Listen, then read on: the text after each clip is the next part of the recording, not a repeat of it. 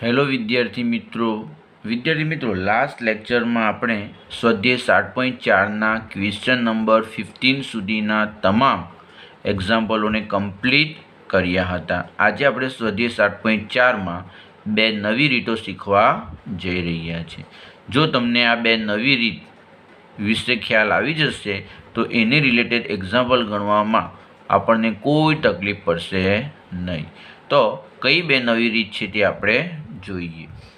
વિદ્યાર્થી મિત્રો, જ્યારે પણ તમને આવું સ્વરૂપ આપવામાં આવે અથવા આવું સ્વરૂપ આપવામાં આવે ત્યારે તમારે એનું સંકલિત કેવી રીતે મેળવવાનું તેની મેથડ આજે આપણે જોઈશું અને ત્યારબાદ એને રિલેટેડ એક્ઝામ્પલ કરીશું.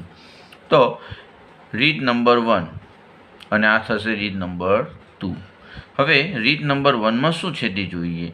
જ્યારે તમને ઇન્ટિગ્રેશન ax પ્લસ બી છેદમાં ax square plus bx plus c dx આવું સ્વરૂપ આપવામાં આવે અથવા તો તમને ઇન્ટિગ્રેશન ax પ્લસ બી છેદમાં square root of ax square plus bx plus c dx આવું સ્વરૂપ આપવામાં આવે ત્યારે તેનું સંકલિત કેવી રીતે મેળવાય તેની જે મેથડ એટલે કે તેની જે રીત છે તે આજે આપણે જોવાના છે. આ બંનેમાં શું ડિફરન્સ છે તો તમે જોઈ શકો, અહીં છેદમાં વર્ગમૂળ નથી, જ્યારે અહીં છેદમાં વર્ગમૂળ છે. છેદમાં વર્ગમૂળ ન હોય તેની મેથડ અલગ છે અને છેદમાં વર્ગમૂળ હોય તેની મેથડ અલગ છે. એ તો બધો ફરક નથી, પરંતુ થોડોક ફરક પડશે. એ આપણે મેથડ જોઈશું એટલે તમને ખ્યાલ આવી જશે. હવે આપણને ax પ્લસ બી છેદમાં ax square plus bx plus c dx આવું સ્વરૂપ આપવામાં આવે, આવા સ્વરૂપનો એક્ઝામ્પલ આપવામાં આવે ત્યારે તમારે એ એક્ઝામ્પલ કઈ રીતે કરવાનો તેની આપણે મેથડ જોઈએ. આ મેથડ તમને આવડી જશે તો એક્ઝામ્પલ ગણવામાં તમને કોઈ તકલીફ પડશે નહીં. આ સ્વરૂપના તમામે તમામ એક્ઝામ્પલ તમે ખૂબ જ સરળતાથી કરી શકશો. તો હવે આપણે આનું ઇન્ટિગ્રેશન કેવી રીતે મેળવાય તે જોઈએ. તો સૌપ્રથમ I બરાબર ઇન્ટિગ્રેશન ax પ્લસ બી છેદમાં ax square plus bx plus c dx લખી દઈએ. આ તો થઈ તમારી રકમ.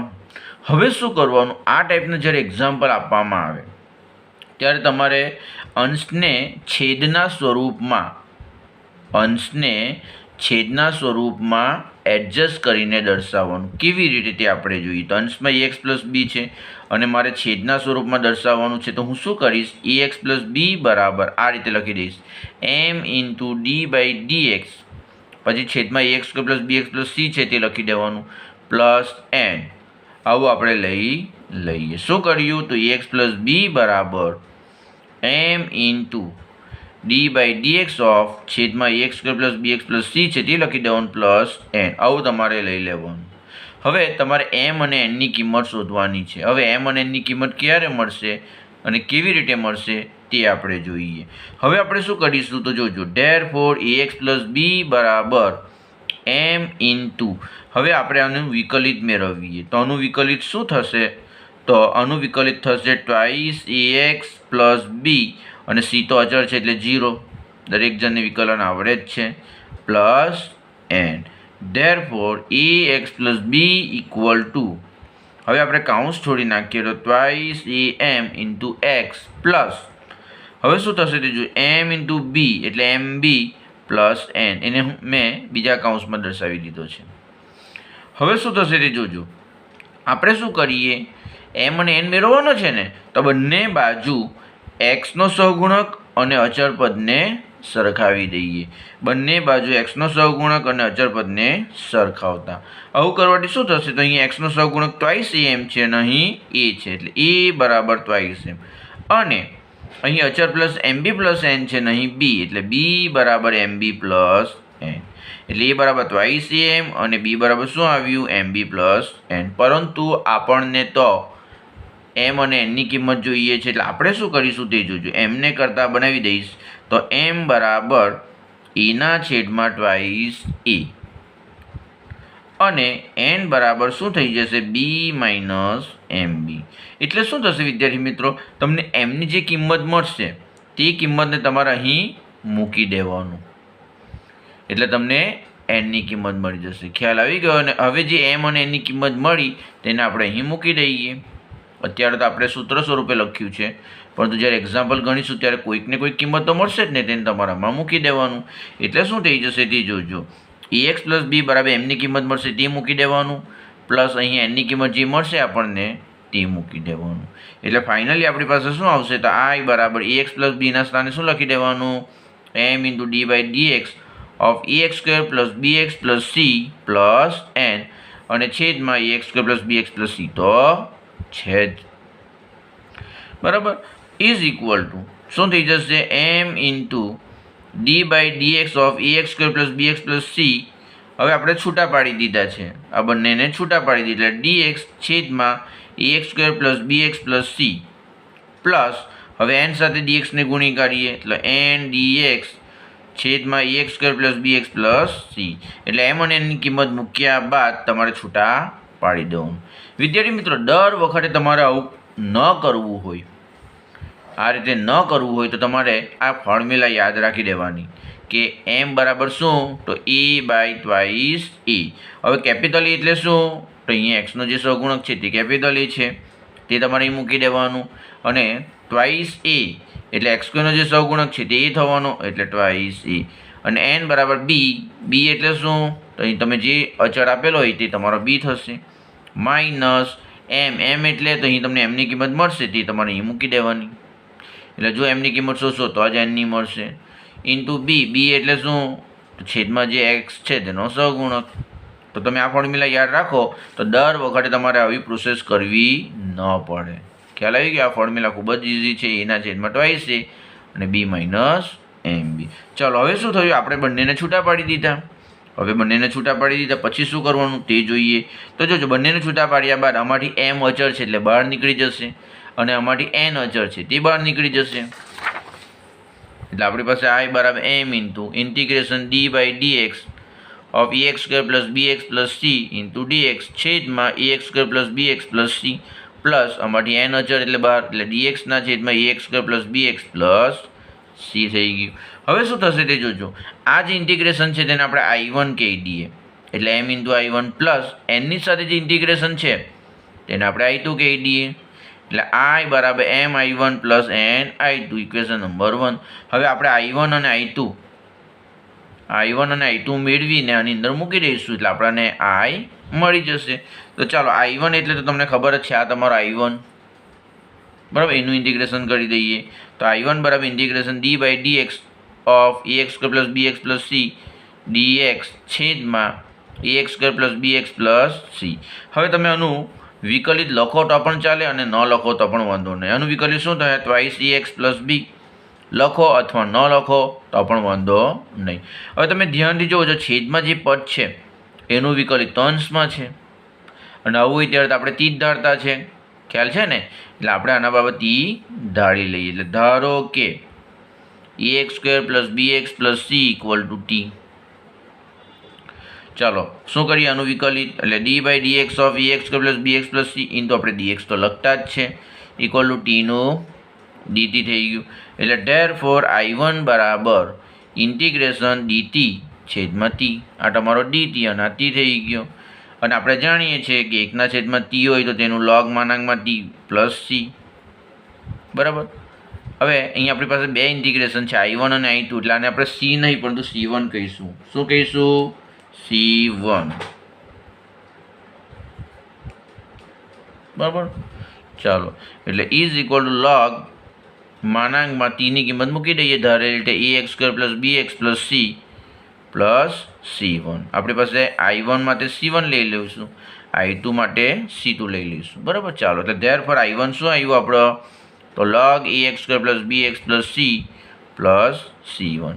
હવે વિદ્યાર્થી મિત્રો તમે જુઓ તો અહીં મેં એરો પાડ્યો છે. શા માટે એરો પાડ્યો તે તમને સમજાવું. જ્યારે પણ આવું સ્વરૂપ આવશે ને, અંશમાં જે પદ હોય તે છેદનું વિકલિત હોય, આવું જ્યારે આવશે ને ત્યારે એનો જવાબ હંમેશા લોગમાં આવશે. ખ્યાલ આવી ગયો?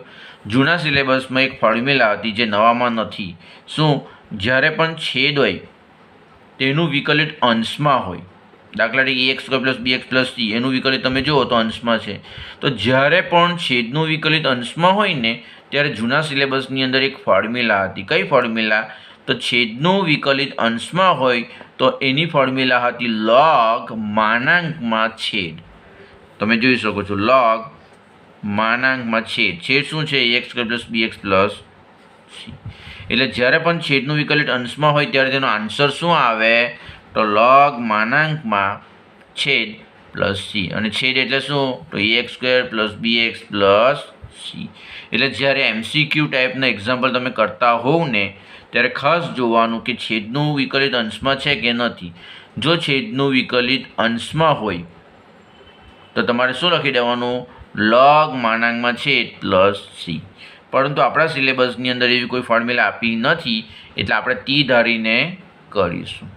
પરંતુ જ્યારે તમારે MCQ ટાઈપનું એક્ઝામ્પલ હોય ત્યારે તમે ડાયરેક્ટ પણ લખી શકો. ખ્યાલ આવી ગયો ને? ઓકે. એટલે જ્યારે પણ આવું સ્વરૂપ હશે ને વિદ્યાર્થી મિત્રો ત્યારે તમારો આન્સર હંમેશા લોગમાં આવશે. ખ્યાલ આવ્યો ને? ચલો હવે આપણે I2 જોઈએ. તો I2 બરાબર શું છે? તો dxના છેદમાં ax square plus bx plus C. એટલે ઇઝ ઇક્વલ ટુ ઇન્ટિગ્રેશન dxના છેદમાં. હવે શું થશે જોજો, જ્યારે પણ દ્વિઘાત સમીકરણ હોય એટલે કે એક્સ સ્ક્વેર પ્લસ બી એક્સ પ્લસ સી સ્વરૂપ હોય અને એકના છેદમાં હોય ત્યારે આપણે શું કરતા? તો આપણે તેને બે પદોના વર્ગોના સરવાળા અથવા તફાવત સ્વરૂપે દર્શાવતા. બરાબર? એટલે આનું સ્વરૂપ કંઈક આવું આવશે અથવા તો કંઈક આવું આવશે. એટલે એક્સ પ્લસ પીનો વર્ગ વત્તા ક્યુનો વર્ગ આવે, અથવા એક્સ માઇનસ પીનો વર્ગ ઓછા ક્યુનો વર્ગ આવે, અથવા એક્સ પ્લસ પીનો વર્ગ ઓછા ક્યુનો વર્ગ આવે, અથવા એક્સ ઓછા પીનો વર્ગ વત્તા ક્યુનો વર્ગ આવે. ઘણી બધી પોસિબિલિટી છે. એટલે આપણે કંઈ કહી ન શકીએ કે કયા સ્વરૂપે આવશે. તે જ રીતે આવું પણ આવી શકે, જે અચળ હોય તે પહેલાં હોય અને પછી પ્લસ અથવા માઇનસ આવી શકે, અને અંદર પણ એક્સ માઇનસ અથવા એક્સ પ્લસ હોઈ શકે. એટલે ટૂંકમાં આ ટાઈપનું સ્વરૂપ આવે. અને જ્યારે પણ આ ટાઈપનું સ્વરૂપ આવે, જ્યારે વર્ગમૂળ ન હોય ત્યારે તમારે 3 ફોર્મ્યુલા એપ્લાય કરવી પડશે. કાં તો તમારી પાસે આવું સ્વરૂપ આવશે dxના છેદમાં એક્સ સ્ક્વેર પ્લસ એ સ્ક્વેર. બરાબર? આનું તમે સાદુરૂપ આપો તો કાં તો આવું સ્વરૂપ આવશે, આનું સાદુરૂપ આપો તો કાં તો આવું સ્વરૂપ આવશે, આનું સાદુરૂપ આપો તો કાં તો આવું સ્વરૂપ આવે. આ 3માંથી એક સ્વરૂપ જ આવશે. એટલે આ ટાઈપના એક્ઝામ્પલમાં 3માંથી એક જ ફોર્મ્યુલા એપ્લાય કરવાની આવશે. હવે પહેલી ફોર્મ્યુલા હોય તો તમને ખબર જ છે શું આવે, બીજી ફોર્મ્યુલા હોય તો તે બી તમને ખબર છે શું આવે, અને ત્રીજી ફોર્મ્યુલા હોય તો પણ તમને ખબર છે શું આવે. એટલે જ્યારે પણ એક્સ સ્ક્વેર પ્લસ બી એક્સ પ્લસ સી આવશે ને ત્યારે તમારા 1, 2 અને 3 આ 3માંથી એક જ ફોર્મ્યુલા એપ્લાય કરવી પડશે. બાકીની જે 3 ફોર્મ્યુલા છે તે કોના માટે છે? તો એ છેદમાં વર્ગમૂળ હોય ને તો તેના માટે છે. 2 ભાગમાં ડિવાઈડ કરેલું છે. છેદમાં વર્ગમૂળ હોય તો તેના માટે અલગ ફોર્મ્યુલા 3 છે, અને છેદમાં વર્ગમૂળ ન હોય તો તેના માટે 3 ફોર્મ્યુલા છે. તો અહીં છેદમાં વર્ગમૂળ નથી એટલે 3માંથી કોઈ એક સ્વરૂપ આવશે. કયું સ્વરૂપ તે દાખલાની રકમ પર ડિપેન્ડ છે. એટલા માટે આગળ આપણે સાદુરૂપ આપી શકીએ નહીં. ખ્યાલ આવી ગયો ને? ચાલો હવે શું કરીએ? તો પરિણામ 1માં I1 અને I2ની કિંમત જે આપણે મેળવીને તે મૂકી દઈએ. એટલે I બરાબર MI1 પ્લસ NI2. એટલે ધેરફોર I બરાબર M, અને બ્રેકેટમાં શું કરીશું? તો I1ની જે કિંમત મેળવી તે I1ની કિંમત શું મેળવી? તો લોગ માનાંકમાં ax square plus bx plus C માનાંક ઓવર પ્લસ C1. તો બ્રેકેટમાં લખી દેવાનું M into plus N into મેં તમને કહ્યું તે પ્રમાણે I2નું કોઈ ચોક્કસ સ્વરૂપ નથી એટલે એને તમારે હમણાં આ જ રવા દેવાનું. બરાબર? એનું જે સાદુરૂપ આવે તે પ્રમાણે ફોર્મ્યુલા મૂકીને પછી ગણવાનું. એટલે આનું આપણે આગળ કંઈ કરી શકીએ નહીં, કારણ કે બે પૂર્ણ વર્ગના સરવાળા અથવા તફાવત સ્વરૂપે તમારે એને લખવાનું છે, અને કઈ રીતે લખાય તે દાખલાની રકમ પર ડિપેન્ડ છે. એટલે આટલું જ રવા દઈએ. અત્યારે તો દાખલો હોય તો ગણવાનું, પરંતુ અહીં આટલું જ રવા દઈશું.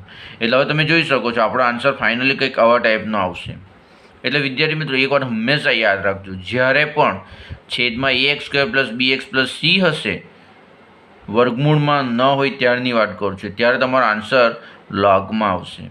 અને જ્યારે ax square plus bx plus C વર્ગમૂળમાં હશે ને ત્યારે તમારો આન્સર લોગમાં આવશે નહીં. અને બીજું શું? તો જ્યારે અહીંયા વર્ગમૂળ હશે ત્યારે લોગ ન આવે અને અહીંયા વર્ગમૂળ આવી જશે. એટલે ફાઇનલ તમારે આટલું જ યાદ રાખવાનું છે કે જ્યારે છેદમાં વર્ગમૂળ ન હોય ત્યારે તમારો આન્સર કંઈક આવા ટાઈપનો આવશે, જેમાં પહેલું પદ તો હંમેશા લોગમાં જ આવવાનું છે. ખ્યાલ આવી ગયો? અને બીજું કંઈક આ ટાઈપે તમારું આવશે. એટલે દરેક એક્ઝામ્પલમાં તમારે આવું સ્વરૂપ જોવાનું મળશે. ખ્યાલ આવી ગયો? અને ક્યારે? જ્યારે છેદમાં વર્ગમૂળ ન હોય ત્યારે. હવે છેદમાં વર્ગમૂળ હોય ત્યારે શું થાય તે પ્રોસેસ પણ આપણે જોઈએ. તો ચાલો, I બરાબર ax પ્લસ બી છેદમાં square root of ax square plus bx plus c dx છેદમાં વર્ગમૂળ હોય ત્યારે. હવે શું કરીશું? તો m અને n તો આપણને ખબર પડી જ ગયો છે, એટલે ફરીથી સરખાવવાની કોઈ જરૂર નથી. આગળ જે પ્રોસેસ કરેલી તે પ્રોસેસ કરવાની જરૂર નથી. હવે આપણને ખબર છે કે m એટલે a/2 આવશે અને n એટલે b માઇનસ mb. એટલે ડાયરેક્ટ હવે હું શું કરીશ?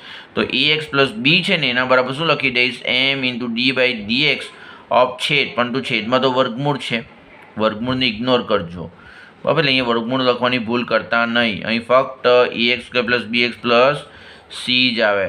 ભલે છેદમાં વર્ગમૂળ હોય કે ન હોય, અહીં તો વર્ગમૂળ આવે જ નહીં. પ્લસ n આખાના છેદમાં square root of ax square plus bx plus c dx, જે m બરાબર a/2 છે અને n બરાબર b માઇનસ mb. આ કેવી રીતે આવે તે આગળ આપણે જોઈ જ ગયા છે, એટલે તમને ખબર હશે. બરાબર? એટલે દર વખત હવે આ મેળવવાની જરૂર નથી, ડાયરેક્ટ તમારે આ રીતે લખી દેવાનું. ચાલો, ઇઝ ઇક્વલ અમારી એમને આપણે કોમન લઈ લઈએ. તો integration d/dx of ax square plus bx plus c dx છેદમાં square root of ax square plus bx plus c plus n dx. એમાંથી આપણે n ને કોમન લઈ લીધા. બરાબર? તો dxના છેદમાં શું થઈ જશે? ax square plus bx plus c નું વર્ગમૂળ. ચાલો, હવે આ ઇન્ટિગ્રેશન આપણે I1 કહીએ અને I2 કહીએ. તો શું થઈ જશે તે જોઈએ. તો ધેરફોર I બરાબર m I1 plus n I2 અને આપણે ઇક્વેશન નંબર 1 કહીએ. હવે I1 અને I2 ની કિંમત આપણે મેળવીશું. ચાલો, હવે આપણે I1 ની કિંમત શોધીએ. તો I1 બરાબર શું છે? તો d/dx of ax square plus bx plus c dx છેદમાં square root of ax square plus bx plus c. બરાબર? તમે ધ્યાનથી જુઓ તો આનો આગળ જે આપણે એક્ઝામ્પલ જોયો, મીન્સ સ્વરૂપ જોયું, તેમાં વર્ગમૂળ હતું નહીં, જ્યારે આમાં વર્ગમૂળ છે. હવે છેદમાં જ્યારે વર્ગમૂળ હોય ત્યારે શું થાય તે આપણે જોઈએ. તો આપણે શું કરવાનું? આપણે જાણીએ છીએ વર્ગમૂળની અંદર જે પદ છે એનું વિકલિત તો અંશમાં છે જ, અને વિકલિત જો અંશમાં હોય તો તેના બરાબર આપણે ધારી જ લઈએ. તો આના બરાબર આપણે ધારી લઈએ t. એટલે therefore d/dx of ax square plus bx plus c dx equal to dt. તમે અહીંયા ટ્વાઇસ ax પ્લસ b લખો તો પણ ચાલે. બરાબર? આપણે અત્યારે લખતા નથી, એક્ઝામ્પલમાં લખીશું. ચાલો, આટલો ખ્યાલ આવી ગયો તમને. એટલે ધેરફોર I1 બરાબર શું થઈ જશે? તો આ તો તમારો dt થઈ ગયો. એટલે dtના છેદમાં શું આવશે? વર્ગમૂળમાં t. એટલે ઇઝ ઇક્વલ ટુ શું થઈ જશે? 2 ઇન્ટુ વર્ગમૂળમાં t પ્લસ c1. હવે તમને એવો પ્રશ્ન થતો હશે કે સરે ડાયરેક્ટ કેવી રીતે લખી દીધું? તો આ તમારે હંમેશા યાદ રાખવાનું, અધરવાઇઝ તમારા 2 સ્ટેપ વધી જશે. કયા 2 સ્ટેપ વધી જશે? તો પહેલું, વર્ગમૂળમાં t છે એટલે તમે શું કરશો? t ની 1/2 ઘાત કરશો. બરાબર ને? હવે t ની 1/2 ઘાત છે એ અંશમાં આપણે લઈ જઈએ તો t ની -1/2 ઘાત થઈ જાય. બરાબર? સાંભળજો, t ની -1/2 ઘાત કરીએ તો એનું ઇન્ટિગ્રેશન શું થાય? તો t ની -1/2 ઘાત પ્લસ 1 છેદમાં -1/2 પ્લસ 1. હવે -1/2 પ્લસ 1 એ તો 1/2 થઈ ગયો, એટલે t ની 1/2 ઘાત છેદમાં 1/2. હવે t ની 1/2 ઘાત એટલે તો વર્ગમૂળમાં t છેદમાં 1/2 છે તે ઉપર લઈ આવીએ તો 2 થઈ જાય, એટલે 2 ઇન્ટુ વર્ગમૂળમાં t. આ તો લખ્યું છે, એટલે તમારા 3 સ્ટેપ લખવાના બચી જશે જો તમે આ યાદ રાખો તો, કારણ કે દરેક એક્ઝામ્પલમાં આવું જ આવવાનું છે. એટલે 2√t પ્લસ c1. આ તમને MCQમાં પણ કામ લાગશે. ખ્યાલ આવ્યો ને? આ તમને MCQમાં પણ કામ લાગશે કે dtના છેદમાં જો વર્ગમૂળમાં t હોય તો તમારો આન્સર શું આવે? 2√t પ્લસ અહીંયા આપણી પાસે શું આવશે? I1 છે એટલે c1 આવશે. એટલે ધેરફોર I1 બરાબર 2 into square root of ax square plus bx plus c plus c1. હવે વિદ્યાર્થી મિત્રો, અહીં પણ મેં પહેલાંની જેમ એરો પાડ્યો છે. શા માટે એરો પાડ્યો છે? કારણ કે જે રીતે પહેલાંમાં છેદમાં વર્ગમૂળ ન હતું તો જવાબ તમારો લોગમાં આવેલો. છેદમાં વર્ગમૂળ ન હોય તો જવાબ તમારો લોગમાં આવે. પરંતુ જ્યારે પણ છેદમાં વર્ગમૂળ હોય, જોજો બરાબર સાંભળજો, MCQમાં કામ લાગશે. કારણ કે આ ફોર્મ્યુલા જૂના સિલેબસમાં હતી, નવા સિલેબસમાં નથી, એટલે હું એ પ્રમાણે કરાવતો નથી. બરાબર, આપણી ટેક્સ્ટબુકમાં જે ફોર્મ્યુલા છે તેનો જ યુઝ કરીને આપણે કરવાનું છે. જૂની બુકને હમણાં ભૂલી જવું પડશે, પરંતુ MCQમાં તો આપણે કોઈ પણ રીતે કરી શકીએ. એટલા માટે તો જ્યારે પણ છેદની અંદર વર્ગમૂળ આપ્યો હોય અને વર્ગમૂળની અંદર જે પણ પદ આપ્યું હોય એનું વિકલિત જો અંશમાં હોય, ફરીથી એકવાર બોલું છું, છેદમાં વર્ગમૂળ આપ્યું હોય અને વર્ગમૂળની અંદર જે પણ પદ હોય એનું વિકલિત જો અંશમાં હોય તો તમારો આન્સર શું આવે? તો 2 ટાઈમ્સ છેદ. અને 2 ટાઈમ્સ છેદ એટલે તો 2 ટાઈમ્સ વર્ગમૂળમાં ax² + bx + c + c1. ક્યારે? છેદની અંદર વર્ગમૂળ હોય અને વર્ગમૂળની અંદર જે પણ પદ હોય તેનું વિકલિત અંશમાં હોય ત્યારે તમારો આન્સર આવે 2 × √ax² + bx + c, એટલે કે 2 × આખું છેદ આવે +c1. અને છેદમાં વર્ગમૂળ ન હોય તો આગળ આપણે જોઈ ગયા તે પ્રમાણે તો તમારો આન્સર શું આવે? log માનાંકમાં છેદ પ્લસ જે અચળાંક હોય તે. ખ્યાલ આવી ગયો? એટલે બંનેમાં શું ડિફરન્સ છે? છેદમાં વર્ગમૂળ ન હોય તો તમારો આન્સર લોગમાં આવે અને છેદમાં વર્ગમૂળ હોય તો તમારો આન્સર વર્ગમૂળમાં જ આવે. આ હંમેશા યાદ રાખજો, દરેક દાખલામાં આવું જ થવાનું છે. 2 ટાઈપના આન્સર આવશે. એક તો તમારો લોગમાં આવશે, અધરવાઇઝ તમારો આન્સર વર્ગમૂળમાં આવશે. લોગમાં ક્યારે આન્સર આવશે? તો છેદમાં વર્ગમૂળ ન હશે ને ત્યારે તમારો આન્સર હંમેશા લોગમાં આવશે, અને જ્યારે છેદમાં વર્ગમૂળ હશે ત્યારે તમારો આન્સર હંમેશા આ રીતે આવશે. ખ્યાલ આવી ગયો ને? ચાલો હવે આપણે I2 શોધીએ. તો I2 બરાબર integration dx √ax² + bx + c. હવે આને પણ તમારે 2 પદોના વર્ગોના સરવાળા અથવા તફાવત સ્વરૂપે દર્શાવવાનું અને પછી એને રિલેટેડ ફોર્મ્યુલા મૂકવાની. હવે જ્યારે તમે એ રીતે કરશો તો વર્ગમૂળ છે એટલે 3 પોસિબિલિટી આવશે. પહેલામાં વર્ગમૂળ ન હતું એટલે એ પ્રમાણે સૂત્ર આવતા હતા. આમાં વર્ગમૂળ છે એટલે સૂત્ર કંઈક આ પ્રમાણે આવશે, અથવા આ પ્રમાણે આવશે, અથવા આ પ્રમાણે. આ 3 ફોર્મ્યુલા ક્યારે એપ્લાય થશે? છેદમાં વર્ગમૂળ હોય ત્યારે. અને છેદમાં વર્ગમૂળ ન હોય તો આના સિવાયની જે 3 છે ફોર્મ્યુલા તે એપ્લાય કરવાની. બરાબર, ચાલો આનું આગળ તો સાદુરૂપ આપી જ નહીં શકાય. એટલે હવે શું થઈ જશે? તો પરિણામ 1માં I1 અને I2 ની કિંમત મૂકતા. તો પરિણામ 1 શું છે? તો I = m_I1 + n_I2. Therefore I = m × I1. I1 એટલે આપણે જે કિંમત મેળવી તે આપણે મૂકી દઈએ બ્રેકેટમાં, પ્લસ n × I2. I2 એટલે ઇન્ટિગ્રેશન dx/√ax² + bx + c. આનું તમારે આગળ સાદુરૂપ આપવું પડે. આ 3માંથી કોઈ એક ફોર્મ્યુલા એપ્લાય થશે. તો વિદ્યાર્થી મિત્રો, આપણે આ 2 પ્રકારના સ્વરૂપ આપેલ હોય ત્યારે એનું સંકલિત કેવી રીતે મેળવાય તેની મેથડ જોઈ. બંનેમાં ખાસ એટલું જ યાદ રાખવાનું કે આમાં તમારો આન્સર આવશે તેનું પહેલું પદ લોગમાં આવશે, અને આમાં તમારો જે આન્સર આવશે તેનું જે પહેલું પદ આવે તે એમાં આવશે? વર્ગમૂળમાં આવશે. આટલી બાબત યાદ રાખવાની. એટલે આમાં તમારો આન્સર લોગમાં આવશે અને આમાં તમારો વર્ગમૂળમાં આવશે. ખ્યાલ આવી ગયો? અને m એટલે શું? તો m એટલે a/2 અને n એટલે b - mb. જો તમે આ બંને યાદ રાખો તો દર વખતે આવી પ્રોસેસ કરવી ન પડે. એટલે 1 2 3 4 અને 5 સ્ટેપ તમારા બચી જશે. આ જો તમે યાદ રાખો તો. અને ખૂબ જ સરળ છે યાદ રાખવાનું. a/2 અને n એટલે b - mb. વિદ્યાર્થી મિત્રો, હવે આપણે નેક્સ્ટ લેક્ચરમાં આને રિલેટેડ એક્ઝામ્પલ જોઈશું.